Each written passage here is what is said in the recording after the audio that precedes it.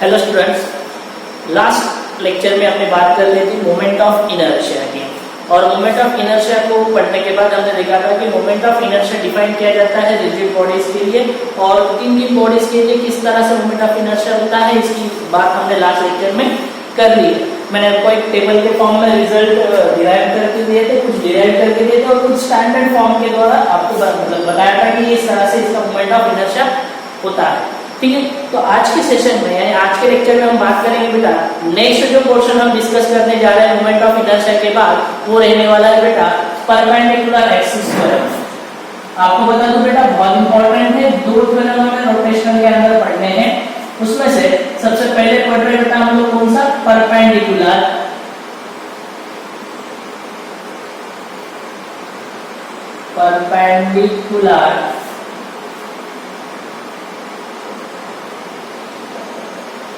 Axis theorem. ठीक है, so perpendicular axis theorem की अगर मैं बात कर लूं तो परपेंडिकुलर एक्सिस थ्योरम एग्जैक्टली क्या होता है। तो परपेंडिकुलर एक्सिस थ्योरम जो डिफाइन किया जाता है बेटा, वो किसी भी प्लैनेट बॉडी के लिए डिफाइन किया जाता है, प्लेन लैमिना के लिए डिफाइन किया जाता है।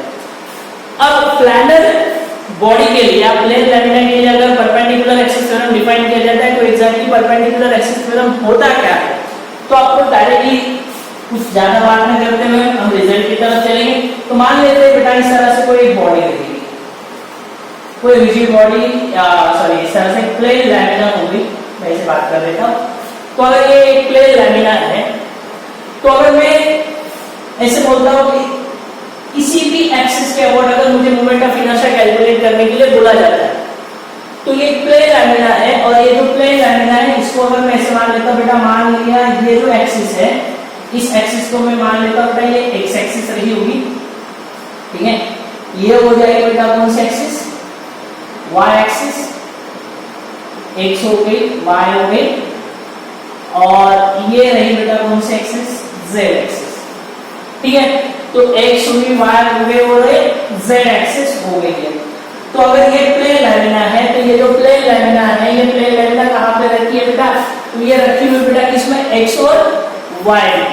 कहां पे रखी है, ये एक्स और वाई में रखी हुई है। अगर ये एक्स और वाई में रखी हुई है और इसको मैं थोड़ा सा एक्सपेंड करके ऐसे बना देता हूं। चलिए, ये जो प्लेन लैमिना है ये कहां रखी हुई है, एक्स और वाई में रखी हुई है। अब ये जो जेड एक्सिस है उसकी अगर मैं बात कर लेता हूं बेटा, तो जेड एक्सिस कहां है, ऊपर की तरफ है या आपकी तरफ, ऐसे मान लिया मैंने। अब ये जो रखी हुई है एक्स और वाई में रखी हुई है, तो इसका रिजल्ट हमें डिराइव करना है। तो रिजल्ट किस तरह से आएगा, ध्यान से देखो। तो मैं क्या करता हूं, यहाँ पे एक छोटा सा एलिमेंट सेलेक्ट कर लेता हूं जिसका मास मैं कंसीडर कर लेता हूं बेटा एज अ डीएम। तो मैं क्या करता हूं, यहाँ पे छोटा सा एलिमेंट सेलेक्ट कर लिया, ये रहा एलिमेंट, और इसका मास मैंने बोला बेटा कितना रहने वाला है, इसका मास होगा डीएम। अब ये जो है, अब ये जो एक्स एक्सिस है, ये जो वाई एक्सिस है और ये जेड एक्सिस है।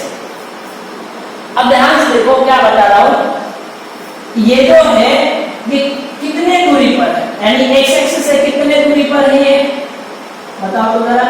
एक्स एक्सिस से कितने दूरी पर है, वाई, और वाई एक्सिस से कितने दूरी पर है ये डीएम मास, एक्स दूरी पर है। ठीक है ना, कितने दूरी पर है, बोलिए, एक्स दूरी पर है, यानी एक्स से वाई दूरी पर है और वाई से एक्स दूरी पर है।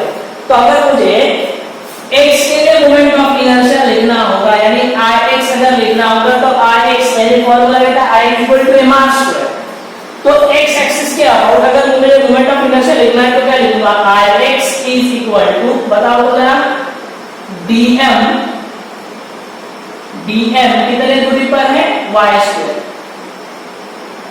DM Y square. और अगर y के लिए लिखना होगा तो iy इज इक्वल टू क्या लिखूंगा बेटा, dm x स्क्वायर। इतनी तो बात समझ में आती है ना। हम क्या लिखते हैं, moment of inertia I is equal two point mass into perpendicular distance from axis of rotation. तो अगर मुझे x के अबाउट लिखना है मोमेंट ऑफ इनर्शिया तो क्या लिखूंगा, ix is equal to dm y square, और y एक्सिस के अबाउट लिखना है तो क्या लिखूंगा बेटा, iy is equal to dm x square. अब जरा बताना, उसी तरह से अगर z के लिए लिखना है तो क्या लिखना है, अगर z के लिए लिखना है तो क्या लिखना होगा यार, तो z से कितने दूरी पर होगा, तो ये z एक्सिस ऐसी रहेगी, ये z एक्सिस ऐसी होगी, तो इससे परपेंडिकुलर दूरी यानी ये हो जाएगी।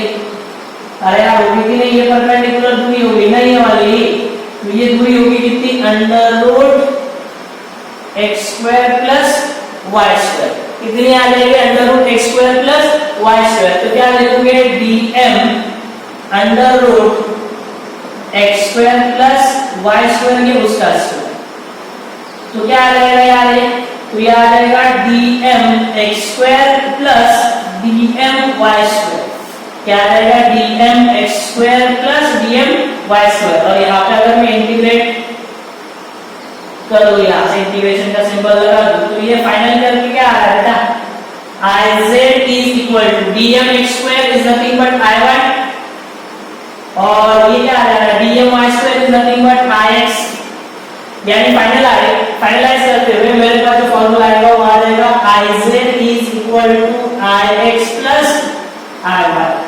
ये रहेगा बेटा कौन सा थ्योरम, परपेंडिकुलर एक्सिस थ्योरम। कौन सा थ्योरम रहने वाला है, परपेंडिकुलर एक्सिस थ्योरम।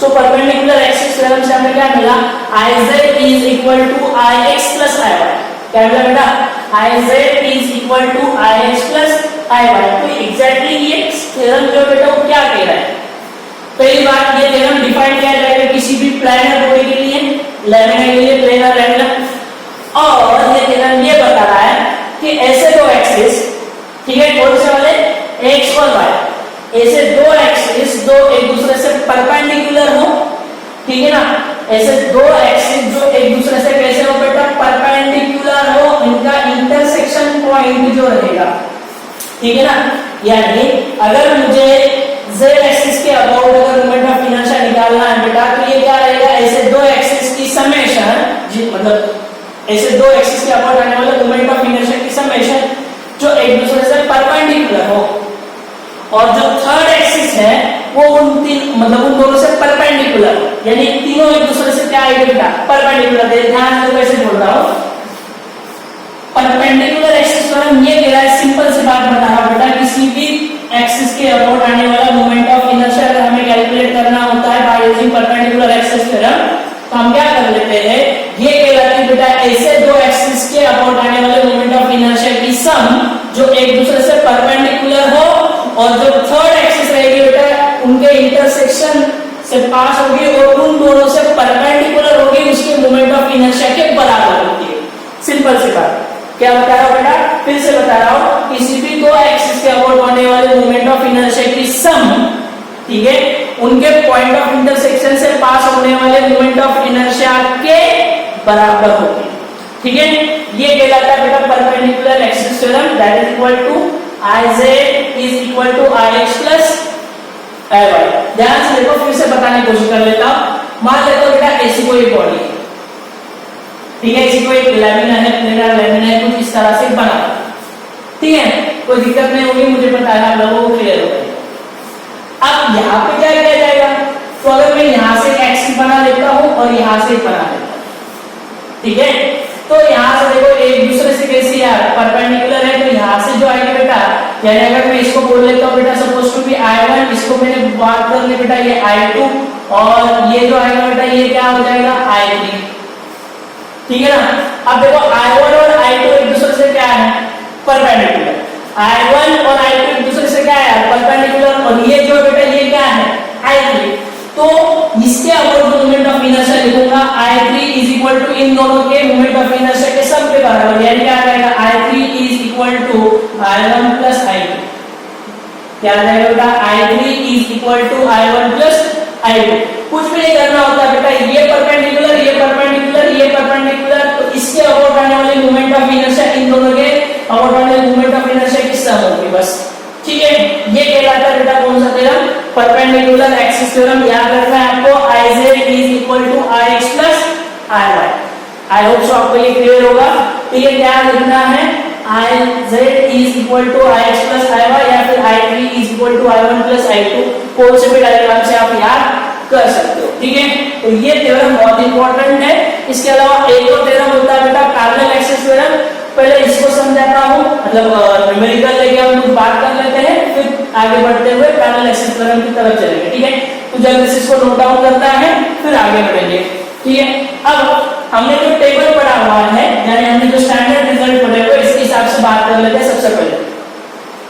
तो अगर ये थ्योरम आपको अगर क्लियर है तो सवाल ध्यान से सुनना है, बता दे रहा हूं।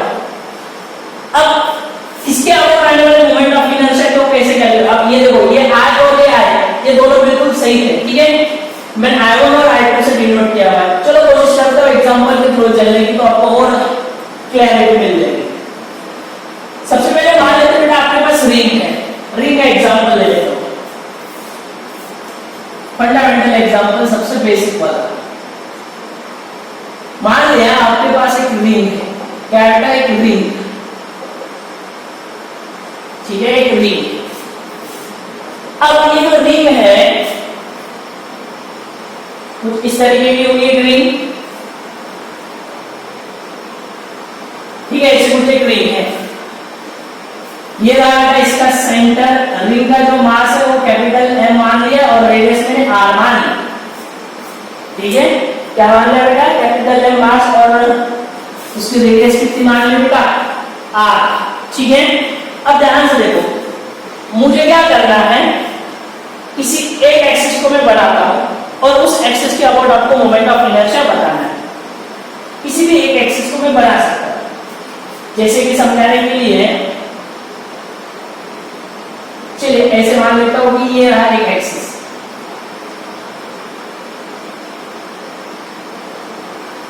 इससे बना लेता हूं,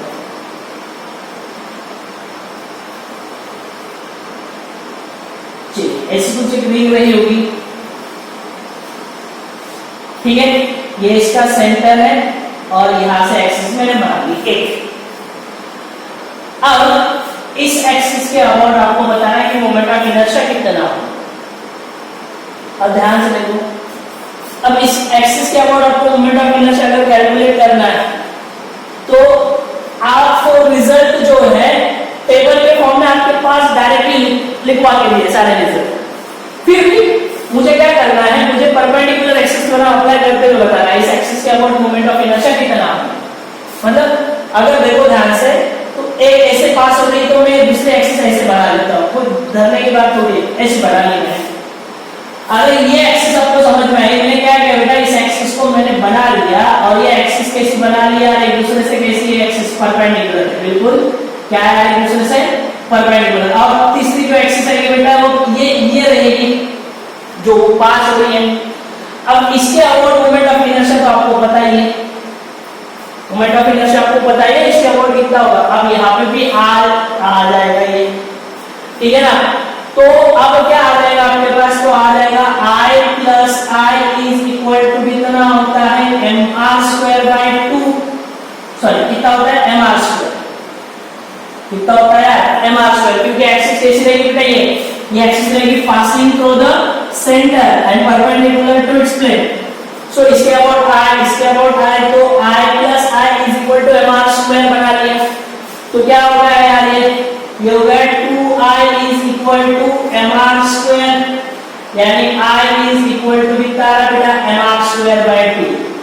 ये एज अ स्टैंडर्ड रिजल्ट आपके पास लिखवा के दिया हुआ है, लेकिन मैंने इसको प्रूफ कर दिया बेटा कहां से, by using perpendicular axis theorem. अब ये रिंग है, तो रिंग के लिए आपके पास जब एक्सिस डायमेट्रिकली पास होगी, एक्सिस कैसी होगी, डायमेट्रिकली होगी पास, उसके अबाउट मोमेंट ऑफ इनर्शिया आता है, वो कितना होता है, mr²/2। रिजल्ट लिखवा के दिया हुआ है, लेकिन इसको मैंने प्रूफ कर दिया बेटा by using perpendicular axis theorem. अब ऐसे डिस्क मान लो ना, अब ऐसे डिस्क मान लो, कोई डरने की बात थोड़ी। अगर आप डिस्क मान लेता हूं यार, चलो ऐसे ही डिस्क मान। अब ये जो डिस्क है, इस डिस्क के बारे में वही बात बेटा, इसका m मास रेडियस r, ठीक है। ये एक्सिस पास हुई यहां से, ठीक है, दूसरी यहां बना लेता हूं I, तो तीसरी कहां रहेगी यार, ऐसी कुछ हो जाएगी, क्रॉस कर लो या डॉट बना लो।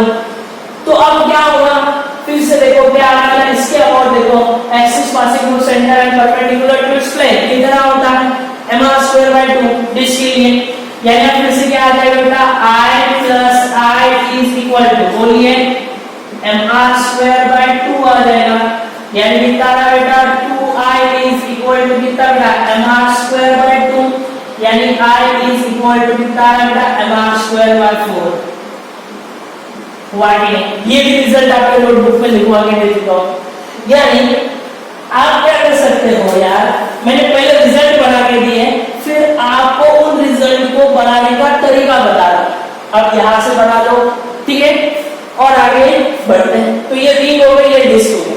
मुझे नहीं लगता इसमें कोई दिक्कत आएगी, ठीक है। तो आपके पास किसी भी प्रकार का सवाल आने दीजिएगा, आप इजीली थ्योरम को समझ लेना है। बस मैंने इसके about I moment of inertia consider किया, इसके अबाउट आई, तो मुझे आई कैलकुलेट करना था। अब ये भी तो डायमेट्रिकली, ये भी डायमेट्रिकली, ये भी तो डायमेट्रिकली थी, ये भी डायमेट्रिकली, तो इसके अबाउट मोमेंट ऑफ इनर्शिया बिल्कुल क्या नहीं गया, सेम ही रहने वाला है ना, ठीक है।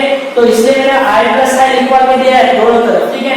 तो इसके लिए आ गया mr²/4, इसके लिए आ गया mr²/2, रिंग और डिस्क हो गई।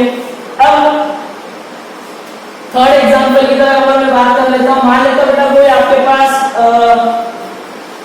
रेक्टेंगुलर प्लेट हो सकती है।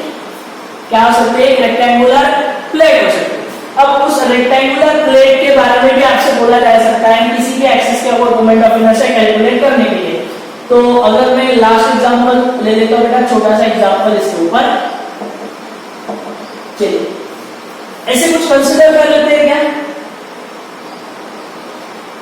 फॉर एग्जाम्पल चलिए देखते हैं, मान लिया मैंने यहाँ पे इस तरह से रेक्टेंगुलर प्लेट है, चलो ऐसी कुछ होगी। ये जो है ए और ये बना लेता हूं बेटा बी। अब एक्सिस पे कहीं भी बना सकता हूं, यहां पे एक बना ली, यहां पे एक बना ली, यहां पे एक बना ली, और यहां पे एक बना ली, कहीं भी बना सकता हूं एक्सिस, ठीक है। इसको बोल दूंगा I1, इसको बोलूंगा I2, इसको बोल देता हूं बेटा I3 और इसको बोल देता हूं I4, ठीक है। अब I1, I2, I3, I4 बोलना है। अब I1, I2, I3 बोलना है तो कैसे आ जाएगा यार, देखो तो जरा। अब I1 को अगर बात करेंगे तो I1 के एक्सिस कैसे बना लोगे, देखो I1 की, तो ये रहेगी बेटा मेरे लिए x, अगर मैं I1 की बात करूंगा, और ये हो गई बेटा कौन सी, y। तो x और y एक दूसरे से कैसी है, परपेंडिकुलर। तो अब x और y एक दूसरे से परपेंडिकुलर है, तो यानी इसके अबाउट जो मोमेंट ऑफ इनर्शिया आएगा, मैंने क्या बोला था यार, ट्रीट करना एज अ रॉड। तो I1 की जो वैल्यू आ जाएगी वो I1 की वैल्यू कितनी होगी, बताओ तो जरा। ये कौन सी साइड है, ये आ जाएगा m एक्सिस, जो कि बेटा passing from one end, rod के लिए बता रहा हूं, axis passing from one end perpendicular to its length, तो कितनी थी बेटा ml²/3। उसी तरह से इसको ट्रीट करना है यार एज अ रॉड। तो इसके भी एक एंड से पास हो रही है एक्सिस और इसके भी एक एंड से, तो इसके लिए कितना लिखोगे, बोलो। इसके लिए लिखा जाएगा ma²/3 प्लस इसके लिए कितना लिखोगे, mb², कितना लिखोगे यार, mb²/3। अरे यार समझ में आई बात, ma और mb², यानी देखो ये जो बेटा इसको ट्रीट करना है एज रॉड। सो रॉड्स के एक एंड से अगर एक्सिस पास होती थी तो क्या लिखते थे, ml²/3। तो इससे भी एक एंड से पास हो रही है, तो इसके लिए कितना लिखोगे यार, ml²/3, और इसके लिए कितना लिखोगे, mb²/3। चलो ये I1 की वैल्यू होगी। I2 यानी ये एक्सिस, I2 यानी कौन सा एक्सिस, ये एक्सिस, देख पा रहे हो, I3 था, ठीक है। I2 यानी ये वाले एक्सिस। अब इस एक्सिस के अबाउट अगर लिखना है तो I2 को क्या लिखना है, तो एक्सिस देखो कहां से पास हो गई, passing from centre and perpendicular to its length. और रॉड के केस में हमने ये पढ़ा हुआ है, रॉड के केस के अंदर ऐसा रॉड था और एक्सिस अगर सेंटर से पास हो गई और परपेंडिकुलर टू इट्स लेंथ, तो रिजल्ट क्या आता है, ml²/3, सॉरी ml²/12। अगर ml²/12 रिजल्ट आपको याद है, तो यहां से सेंटर से पास हो रही है, तो सेंटर से पास हो रही है तो कितना आ जाएगा यार, देखो तो जरा, सेंटर से पास हो रही है भाई साहब, सेंटर से, तो कितना लिखोगे स्क्वायर बाय 12, ठीक है ना। ये अगर मैं इसको मान लेता हूं, ये ml स्क्वायर बाय 12 आ चुकी है। ये साइड देखो ना, अरे यार देखो, ध्यान से देखो, समझाता हूं फिर से। अगर मैं यहाँ कैलकुलेट कर रहा हूँ ना, यहाँ तो x के लिए मैंने लिखा है क्या, देखो x के लिए लिखा है, अगर x एक्सिस AC है तो x के लिए मैं क्या लिखता हूँ, ml स्क्वायर बाय 3, y के लिए कितने में थोड़ा mv स्क्वायर। ये इसके अबाउट और इसके अबाउट, ध्यान से देखो ऐसे बना लेता हूँ। ये रॉड थी, इसकी लेंथ मैंने कंसीडर की थी L और ये एक्सिस बना ली, याद है। तो मैंने लिखा था किसके लिए, इस एक्सिस के अबाउट, तो क्या था ml स्क्वायर बाय 3। अब जब मैं ऐसी एक्सिस बना लेता हूं तो किसके बारे में लिखूंगा, देखो y के लिए ma स्क्वायर बाय 3, और जब ये एक्सिस है, ये वाला एक्सिस, तो क्या लिख रहा हूं mv स्क्वायर। और अगर मैं जब ये सेंटर से पास कर रहा हूं, सेंटर से भाई साहब, तो सेंटर से कितना था ये दूरी ना सेंटर से, तो ये कितना आया ml स्क्वायर बाय 12, ठीक है। प्लस अब x के अबाउट क्या लिखोगे, x, अब ये जो x है उसके भी तो एक एंड से पास हो रही, बस अब देखो इसके तो सेंटर से, ये देखो इसके तो सेंटर से, लेकिन इसके तो एक ही एंड से पास हो रही, ये वाले एक्सिस, क्या लिखोगे plus mb square by 3। I hope so, मुझे ऐसा लग रहा है कि आपको क्लियरिटी आ रही होगी, ठीक है। चलिए अब आगे बढ़ते हैं I3। अब I3 की अगर बात कर लेता हूं तो I3 ये रहा बेटा। अब I3 इसके भी सेंटर से और इसके लिए भी सेंटर से, तो I3 क्या आ जाएगा, तो I3 आ जाएगा ml square by 12 plus mb square by 12। I4 बोलो, I4 यानी ये एक्सिस, I4 यानी कौन सा एक्सिस बेटा, ये वाला एक्सिस। अब I4 देखो, I4 की कहानी इसके सेंटर से पास हो रहा है, लेकिन देखो I4 के लिए ध्यान से देखो, ये जो है इसके बिल्कुल सेंटर से पास हो रहा है, लेकिन इसके एक एंड से पास हो रहा है। ये एक्सिस है ना ऐसे, ये वाली एक्सिस ऐसे है, इसके सेंटर से पास हो रहा है। ध्यान से देखो I4 की अगर बात कर लेता हूं, ये एक्सिस ऐसी है, I4 का मतलब मैंने क्रॉस बनाया हुआ, तो ये एक्सिस ऐसी है, तो इसके सेंटर से पास हो रही है, ये जो है इसके सेंटर से पास हो रही है। और जो आएगी बेटा, ये एक्सिस ऐसे आएगी ना, और ये जो रहेगी बेटा, ये ऐसे सेंटर से पास होगी और ऐसे। अब कहानी क्या रहेगी, कहानी हो जाएगी बेटा mb स्क्वायर बाय 12 प्लस, बोलिए ma स्क्वायर बाय 3, कितना आएगा ये ma स्क्वायर बाय 3, ठीक है। तो इस तरह से आप I1, I2, I3 कितने भी एक्सिस कहां से भी आपको पता है, मतलब कैलकुलेट करना है किसी भी एक्सिस